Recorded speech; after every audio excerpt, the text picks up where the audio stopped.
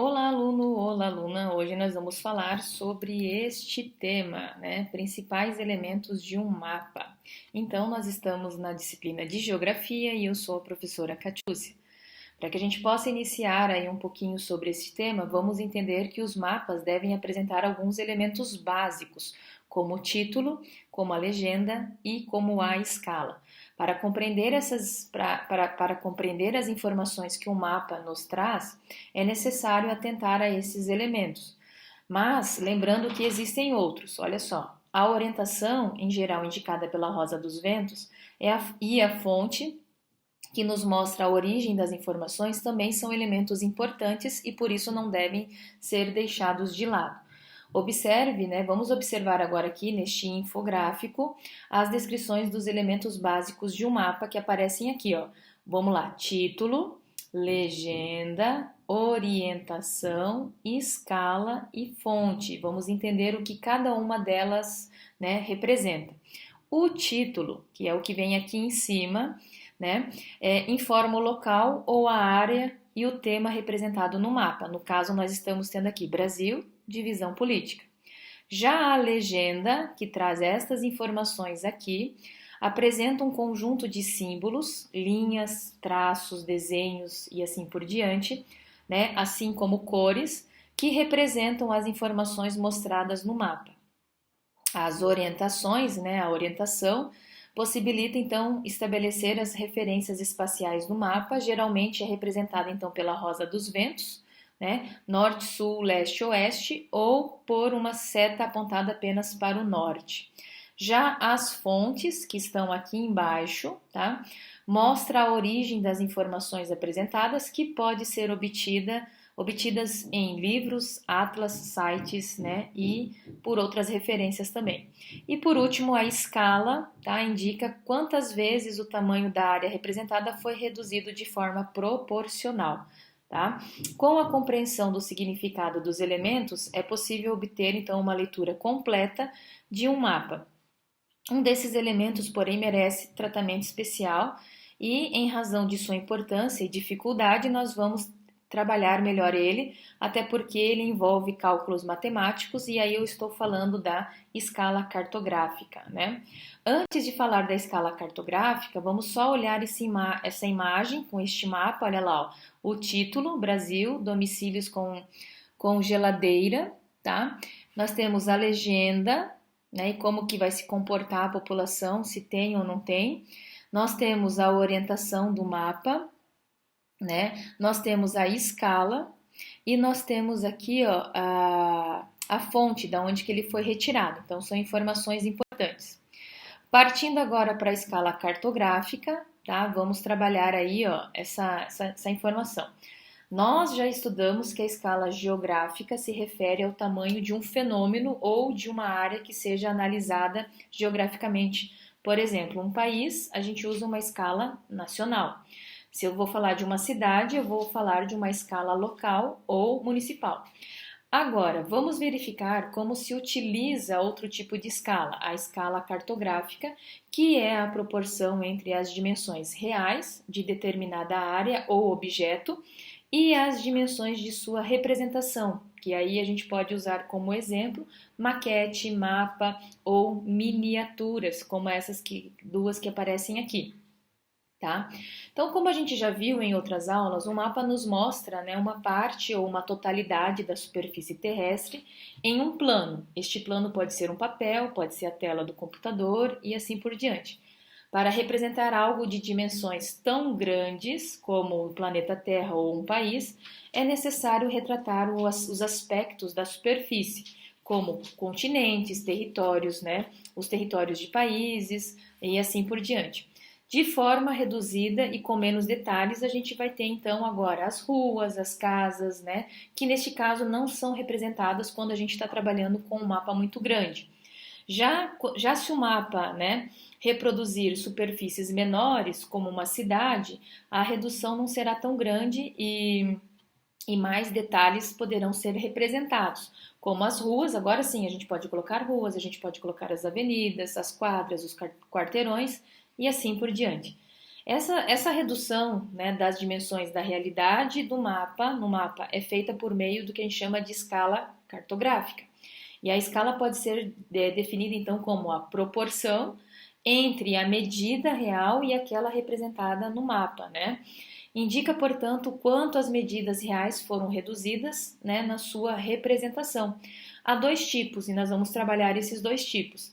A escala cartográfica, no caso a numérica, que reproduzida, né, em forma de fração, como no caso da miniatura dessa imagem, aqui embaixo a gente teria a escala dela representada, e a escala cartográfica gráfica, né, que é reproduzida por meio de uma barra graduada, tá? Que vai ser a última coisinha que a gente vai ver.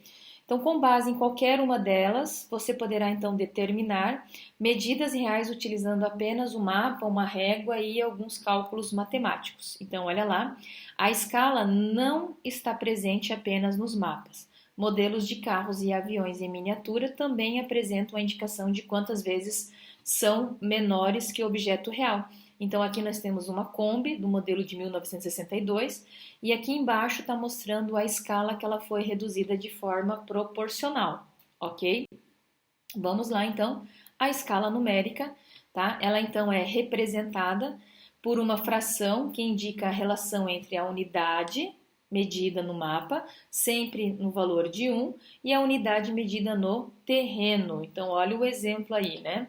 No exemplo, nós temos lá, se a área de um terreno representado em um mapa é de 100 vezes menor que a real, a escala será determinada pela fração 1 por 100. Então, a gente usa essa representação, contudo, a leitura é 1 por 100. O número 1 aqui na frente, ele é chamado de numerador, é padrão e normalmente a gente usa o 1, tá? O número que vem atrás aqui, ó, é o denominador e ele pode variar. Então, nós temos de um lado um numerador, do outro lado nós temos de um lado numerador, do outro denominador, tá? Então, isso é importante. Este exemplo, contudo, é pouco usual nessa escala aqui, tá? Já que é uma distância curta, como a de 1 quilômetro, ocuparia uma superfície de 10 metros para sua representação. Então, a escala mais comum é a escala de 1 por 100 mil. Então, a gente representa assim, contudo, faz a leitura 1 por 100 mil. Então, significa que cada centímetro de um mapa representa 100 mil centímetros, né, do terreno que se deseja retratar, ou seja, 1 quilômetro, tá? Então, nós temos essa representação mais comum. Utilizando esta representação, né, nós temos lá agora, olha lá, em um mapa com a escala de 1 por 45 milhões, tá? Na representação da escala numérica não existe necessariamente uma unidade de medida de comprimento, mas se costuma se utilizar o centímetro como referência, tá? Nós vamos ter lá, ó, por convenção. Então, nós temos aqui, ó, voltando, nós normalmente representamos por centímetro, mas o centímetro seria uma referência. Nós também podemos usar por quilômetro. Então, para fazer essa conversão, no caso que é um número extremamente grande, nós vamos fazer esta aqui, ó, esta conversão. Então, para converter isso em quilômetros, nós não vamos usar centímetros, nós vamos usar de centímetros para quilômetros, nós vamos usar essa seguinte relação que aparece aqui para vocês, né? Que é, na verdade, de 100 mil centímetros, corresponde o que? A 1 quilômetro. Então, se a gente usar essa escala de 1 por 45 milhões, usando esta conversão, nós vamos ter o que apresenta aqui embaixo. Dividindo 45 milhões por 100 mil, obtemos, então, o resultado de 450 como resultado, e isso vai representar 450 quilômetros. Então, cada centímetro do mapa representa o que a gente chama de 450 quilômetros no espaço. Então, a cada 1 centímetro, eu vou ter aqui os 450 quilômetros, tá? Desta forma, calculamos uma distância real representada no mapa medindo a distância entre dois pontos em centímetros na representação e em seguida multiplicamos de acordo com a escala correspondente. Então, olha o exemplo que eu vou dar para vocês agora. Nós vamos trabalhar aqui, ó, por exemplo, que a cidade, né, a capital Rio Branco, que é a capital do Acre, está a 1 centímetro de Porto Velho, que é a capital do estado de Rondônia. E nós já vimos que 1 centímetro corresponde ao quê? A 450 quilômetros de distância em linha reta entre essas duas cidades. Então, elas têm uma distância aproximadamente de 450 quilômetros.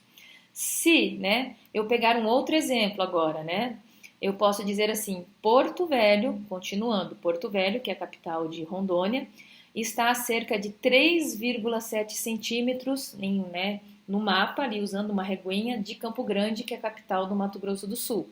Então, como que eu vou calcular a distância?